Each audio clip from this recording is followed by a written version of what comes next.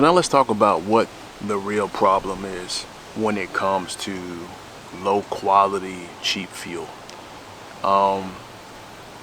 We've talked about this before. When you get something cheap, low quality, low price, you have to think, how can the manufacturer or brand give it to me at this price? A lot of times they will cut corners on their design, on their manufacturing, on their processes to give it to you at that price, right? For example, you get something for the low price and you open the bag and you see surprises, you see impurities. Don't be surprised, because the quality control needed to prevent that cost the brand something. But they skipped that to give it to you at the low price.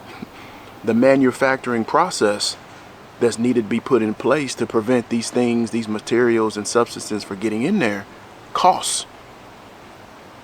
But when you get the low price, a lot of times you ignore that, and I'm going straight for the price. And they gonna give it to you at the price, even if it means they forego these other things.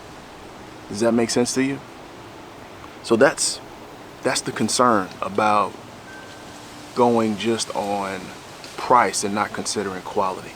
Now I realize too that budget and comes into play here, right? How much do you want to spend on your fuel and budget constraints?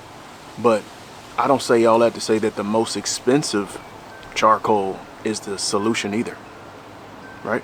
I think that we have got to be mindful of whatever the charcoal briquette or lump that we're buying, and not just trust what's on the bag, but do our own homework, our own due diligence to verify, right, what the claim is and what's going on with the charcoal, whether it's briquettes or lump.